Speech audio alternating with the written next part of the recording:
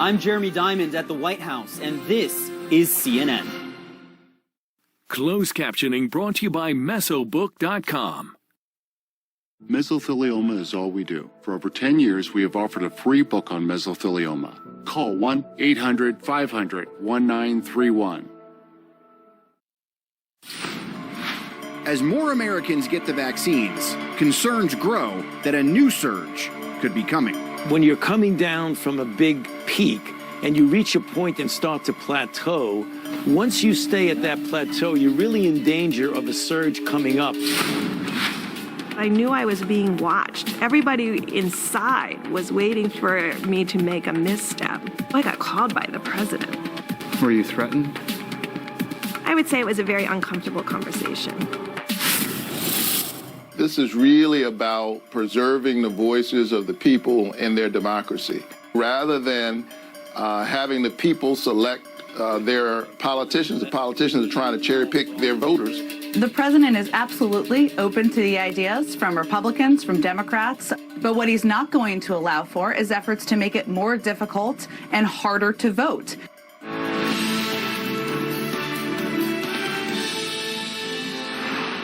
I'm Pamela Brown in Washington. Welcome to our viewers in the United States and around the world. You are live in the CNN Newsroom on this Sunday. And we begin tonight with disturbing news out of Michigan. The head of the state's health department says Michigan is now experiencing a third surge in coronavirus cases, and it seems to be affecting younger people at a greater rate, specifically ages 10 to 19. Officials say people are gathering more and going out more. Outbreaks are also being seen at schools and prisons. There is also word tonight that the Biden administration is working to develop a system for people that prove that they've been vaccinated.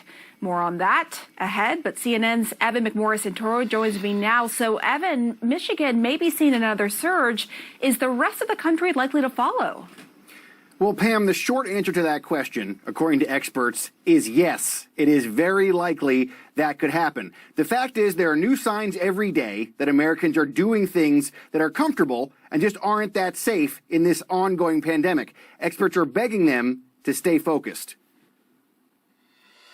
Please take this moment very seriously. Top officials warning Americans to keep focused on the pandemic, despite the pulls of warmer weather and encouraging vaccine news. Reservations on home rental sites VRBO and Airbnb are skyrocketing, according to those companies, signaling a desire among Americans to get out of the house. But travel and gathering for holidays like Easter and Passover are not a good idea, experts say.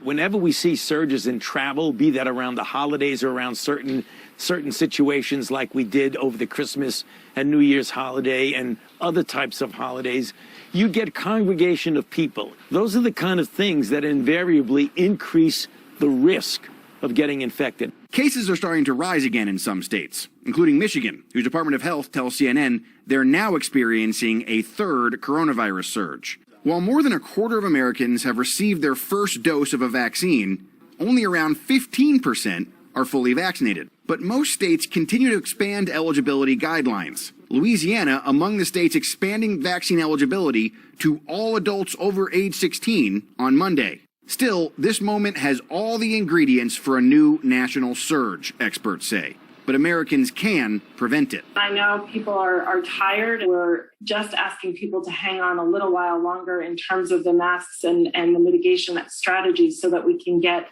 the majority of people vaccinated.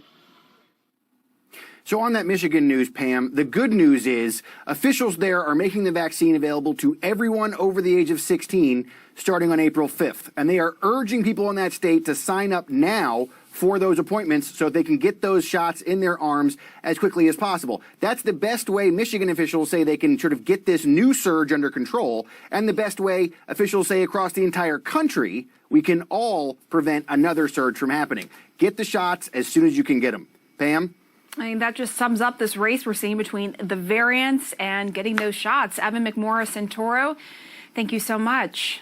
And tonight on CNN, the men and women who led this country through the coronavirus pandemic for the past year, like you have never heard them before. They open up to our chief medical correspondent, Dr. Sanjay Gupta.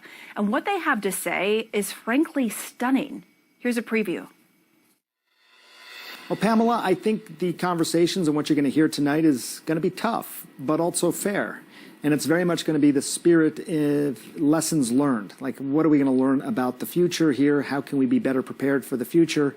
But there was also a lot that was happening behind the scenes. And these doctors, I think, in some ways wanted to talk about that. We saw what was happening publicly, but what was happening behind the scenes. For example, Pamela, there was an interview that Dr. Birx did on State of the Union, and she talked about that interview, but also what happened in the aftermath. I knew I was being watched. Everybody inside was waiting for me to make a misstep so that they could, I guess, remove me from the task force. It is extraordinarily widespread. The CNN report in August that got horrible pushback. Everybody who lives in a rural area, you are not immune or protected from this virus. That was a very difficult time because everybody in the White House was upset with that interview and the clarity that I brought about the epidemic. I can tell just by reading your face, that was a really tough time. What happened? Well, I got called by the president. What does he say? Well, I think you've heard other conversations that people have posted with the president. I would say it was even more direct than what people have heard. It was very uncomfortable, very direct, and very difficult to hear. Were you threatened? I would say it was a very uncomfortable conversation. Pamela, I have to tell you, I think Dr. Birx was probably the most introspective out of all the doctors that we interviewed, very reflective. I think self-aware about the damage to her reputation, her own mistakes, things like that, and her hopes for the future. So, again, the spirit of this entire documentary was, okay, we saw what happened. Now we're getting an unvarnished look at it. What does that mean for the future? Hopefully you'll get a chance to watch it. It's tonight, 9 p.m. And to just reiterate that, the CNN special report, COVID War, the Pandemic Doctors Speak Out, airs tonight at 9 Eastern, only on CNN.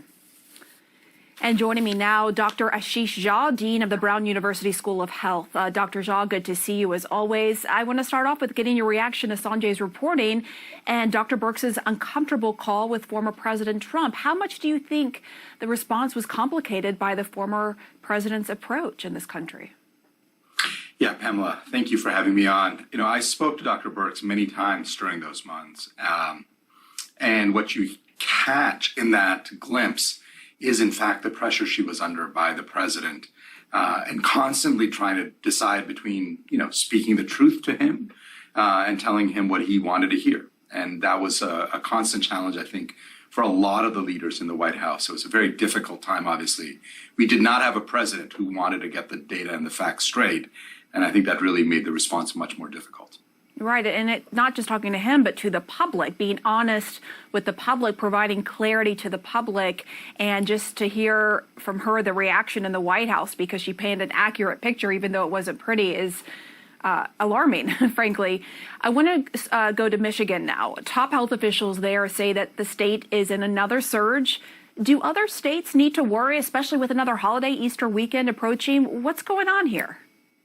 Yeah, this is basically what we were all saying was going to happen around the second half of March. For a couple of months, we've been saying that B117, that variant from the UK, will become dominant in the US around this time. It is now dominant, and it is far more contagious, spreading far more efficiently. And while we're doing a good job on vaccinations, many states have opened up too much. People are a little too relaxed, gathering indoors without basic precautions, and that's what's leading to a lot of these infections. We're weeks away from a point where we can begin to do these things a bit more safely, but I think states have just moved too fast. And one detail that stood out to me, Michigan said that cases are increasing the most among the younger population, specifically the 10 to 19-year-old age group. What does that tell you? Yeah, we've seen that here in Massachusetts. We've seen that elsewhere as well. Obviously, the good news part of this is that people over 65, a large proportion of them have been vaccinated and are protected. That's one of the reasons we have not seen a huge spike in hospitalizations. A lot of the spread is happening among younger people, 10 to 19, but also 20 to 29. That's the group that is moving around, kind of relaxed and getting infected. And I think that's what's driving a lot of the infections right now. I want to ask you about the idea of a vaccine passport, because a senior Biden official has told CNN today they are considering some kind of a way for people to prove they've been vaccinated. A vaccine passport, some other document. Do you think that's something we need to do? I think it's inevitable. I think you're going to see lots of private companies doing this if the government doesn't end up doing it. A lot of private companies I've been speaking to say that they want to know for sure who's walking in their door, whether they're vaccinated or not. You're going to see airlines do this. You're certainly going to see foreign governments do this. So if the U.S. government ends up playing a role in doing this in a way that's authentic and secure, that would probably be a good thing. But I think it's going to become a reality in many places. All right, Dr. Ashish Jha, thank you so much as always. Thank you. And we have a lot going on during the next 3 hours. I'm going to talk to two-time Oscar winner Sean Penn. His nonprofit is working with communities across the country to help get the coronavirus vaccine into people's arms. Plus, I'll talk to a former acting director of ICE in the Trump administration as migrants continue to arrive at the southern border. And we're at the Suez Canal, billions of dollars worth of cargo just sitting there while a container ship blocks the path. How soon could traffic start moving again? And all eyes will be on the city of Minneapolis tomorrow as former police officer Derek Chauvin goes on trial for the murder of George Floyd. We'll have a preview. Plus, deadly flooding in Nashville as rising waters trap dozens of people. The mayor just declared a state of emergency. We'll have the latest.